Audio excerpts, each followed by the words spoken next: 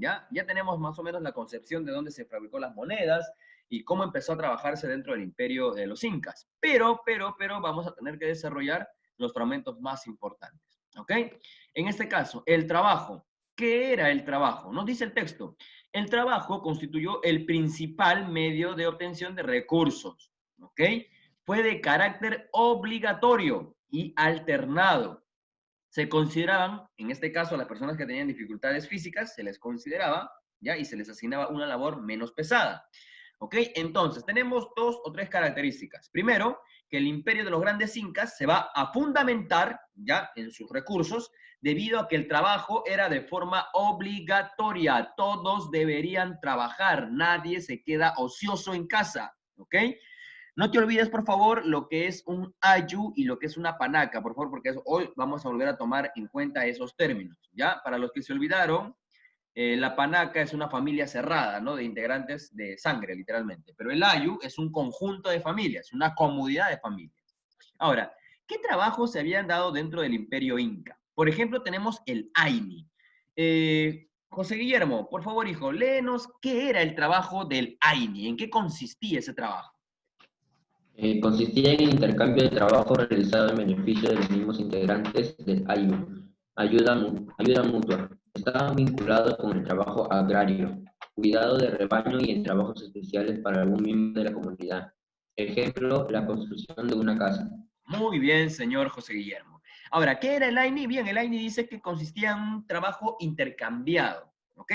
Y recuerda que eso se realizaba bastante en los ayus, y en los ayus habían varias familias, entonces todos trabajaban para ayudar a una familia que recién se había formado a construir su casa, por ejemplo, ¿no? Todos trabajaban, incluso para cuidar el trabajo agrario, para cuidarle el rebaño, se turnaban, ¿no? Y todos de común acuerdo trabajaban para que, en este caso, se puede haber beneficiado el AYU, ¿ok? Pero sobre todo el AYU. Entonces, el AINI es un trabajo comunitario, ¿ya? Que intercambia beneficios, ¿ya? Intercambia beneficios.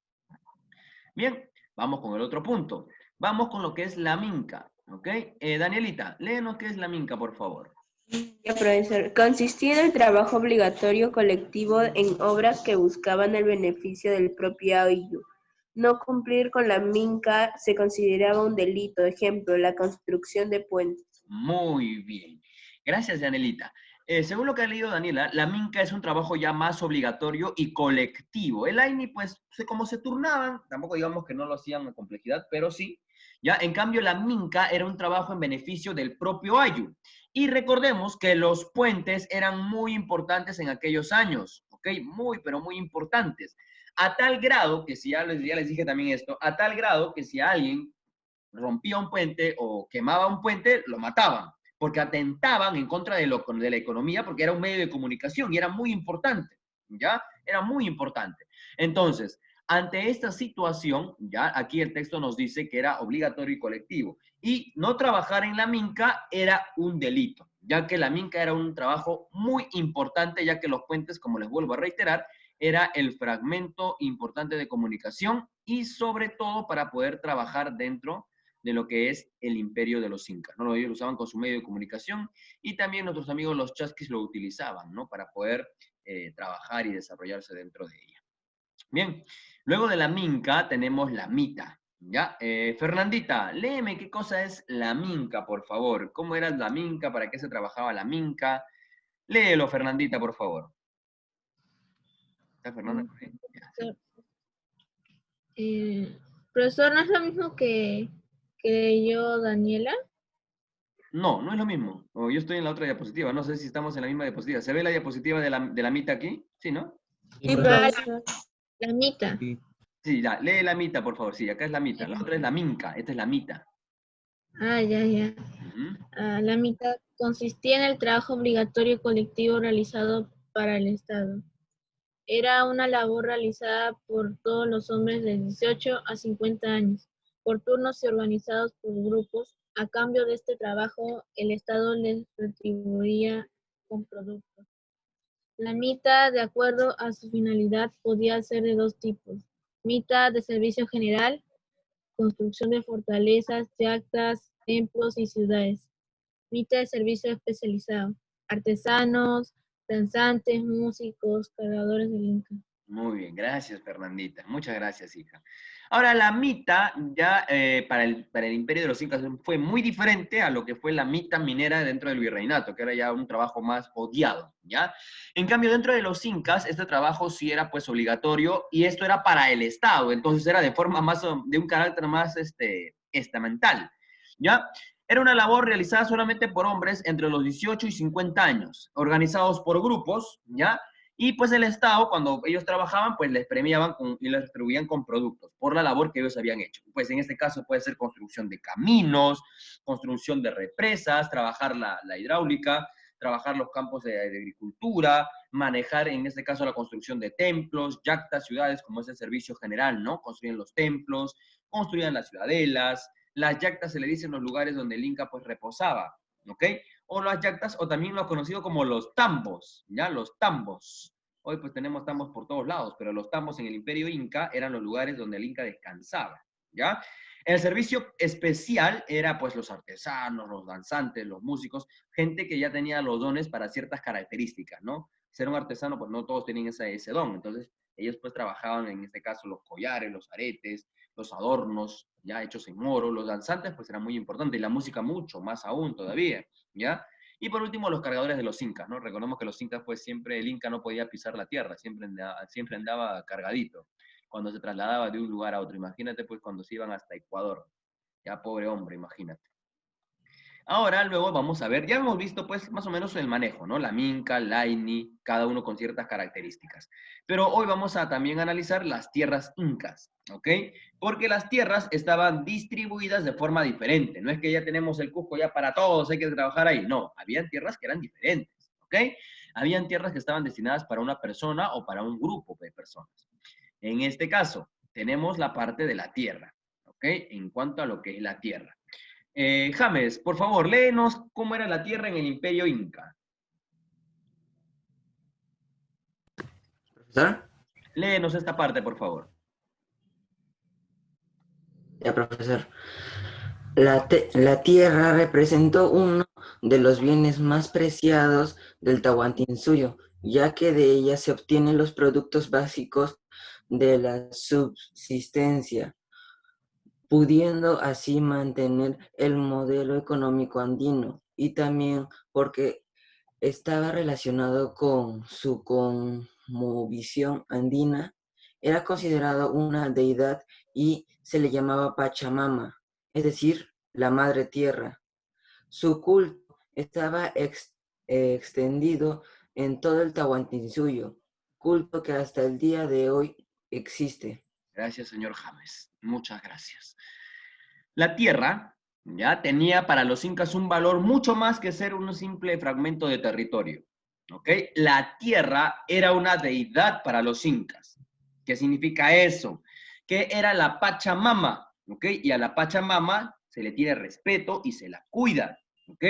En el mundo andino, los agricultores antes de poder trabajar la tierra le rinden un homenaje, ¿ya? A la Pachamama, para que la agricultura vaya bien, para que los productos salgan bien. Entonces ellos le rinden un tributo y este tributo no nace de ahora, nace pues desde el tiempo de los incas, ¿ok?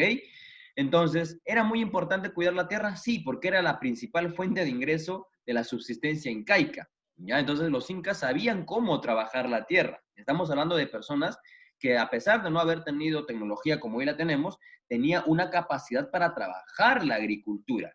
Y esto pues lo adquieren con el pasar de los años y el aprendizaje de las otras culturas que estaban ya adyacentes, ¿ok? Que ya estaban adyacentes, inclusive ya existentes antes del imperio de los grandes incas. Entonces, recordemos que la tierra era una deidad. ¿Cómo se llamaba esa deidad? La Pachamama, ¿ok? La Pachamama.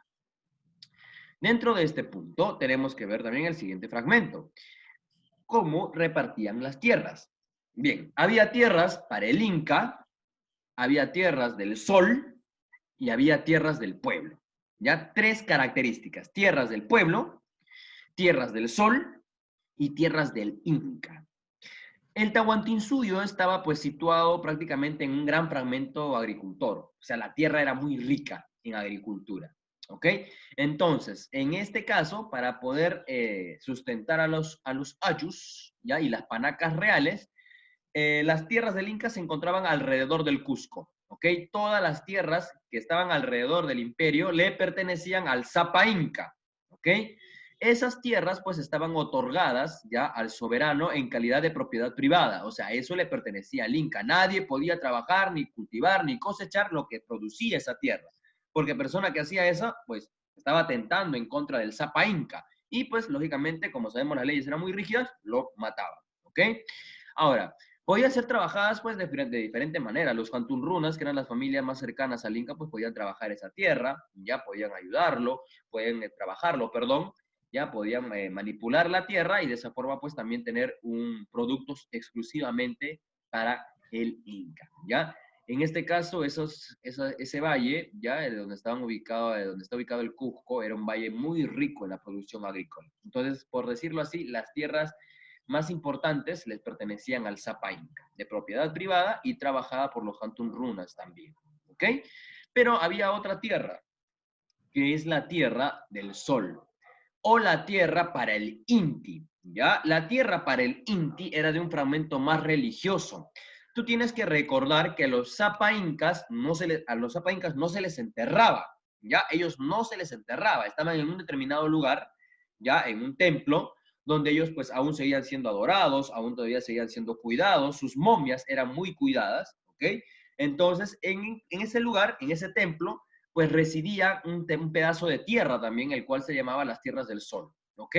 En lo personal, pues estas tierras eran trabajadas por los sacerdotes incas, ya, los cuales pues ahí se orientaban las festividades religiosas, las ofrendas, y pues en este caso la tierra tenía el sol, perdón, tenía su pedazo de tierra, y sabemos que estos eran, en este caso, en nivel de tierra, en nivel de producción, las tierras del sol eran las más ricas que existían, ¿ok? Eran las más ricas que existían, incluso más ricas que las que estaban destinadas para el Zapa Inca. Luego de eso tenemos pues a las tierras del pueblo, ya más hablando en forma común de los ayus, ¿no? Determinada prácticamente para los ayus, ya compuesta por extensiones de tierra, como la vemos acá, los topos son estos, ya extensiones de tierra trabajadas prácticamente por esto los ayus, ya eran entregadas a las comunidades, el Estado te entregaba a ti, ¿ok? Es por decir, ¿no? Ya yo soy el Zapa Inca, le digo, muy bien, José Guillermo, Fernanda, James, a ustedes les voy a dar tal tierra. Les pertenece a ustedes esa tierra. Lo van a trabajar. Y el día en que se mueren, esa tierra regresa al Estado. Ya regresa al Estado. O sea, solamente te daban la tierra en calidad de préstamo. Cuando tú te morías, bueno, lógicamente eso automáticamente regresaba al Estado y el Estado pues tendría que volver a repartir esa tierra entre tus hijos o un familiar cercano. Ya, entonces prácticamente la tierra eran pues prácticamente prestada para lo que son los ayus, no se les regalaba, por decirlo así, no les pertenecía, solamente era un préstamo el cual el Estado lo proporcionaba, ¿ok? Lo proporcionaba. ¿Y cuáles son las actividades más importantes? Pues en el Imperio Inca se trabajaba bastante la agricultura y la ganadería, ¿ok? En este paso también podemos darnos cuenta que eran realizadas por el sometimiento al Tahuantinsuyo y los alimentos estaban destinados prácticamente tanto para el Estado, ya para la Tierra del Sol, y para el ayu, trabajando de forma diferente. Tienen relación con el crecimiento geográfico, buscan el equilibrio entre el hombre y la naturaleza, ellos no deprevaban la naturaleza, ellos cuidaban de las tierras, trabajaban por lo menos unos 5 o 6 años y les dejaban descansar un año, ¿ya? Dejaban descansar la tierra también, porque si tú trabajas la tierra todos los años, la tierra se maltrata y se vuelve infértil. Entonces ellos le daban un lapso de tiempo a la tierra, ¿ya? No se usó moneda, ya ustedes saben esto, sino que el cambio fue directo, a través del trueque. No hubo comercio regional, ya los ayus vivían bajo una economía subsistenciada. ¿Qué significa eso? Que el Estado subvencionaba toda la economía dentro de lo que es el imperio de los incas, ¿ok? O sea, el Estado velaba porque el imperio o la población y los ayus se mantuvieran estables, ¿ok? Eso era la gran función que cumplía el Estado de los incas. Nadie veía o velaba por un interés propio, sino que el Estado velaba de forma general, algo que hoy ya no se ve, ¿no? Literalmente el Estado ya no puede velar por todo. A la justa da los bonos de 760 mensuales y eso, no, a las justas. Y ahora tenemos, por último, ya tenemos aquí lo que es la agricultura inca. Chicos, se me va a ir el tiempo, ya. Vamos a volver a ingresar con el mismo link, ya, para poder terminar la clase, porque aquí ya termina.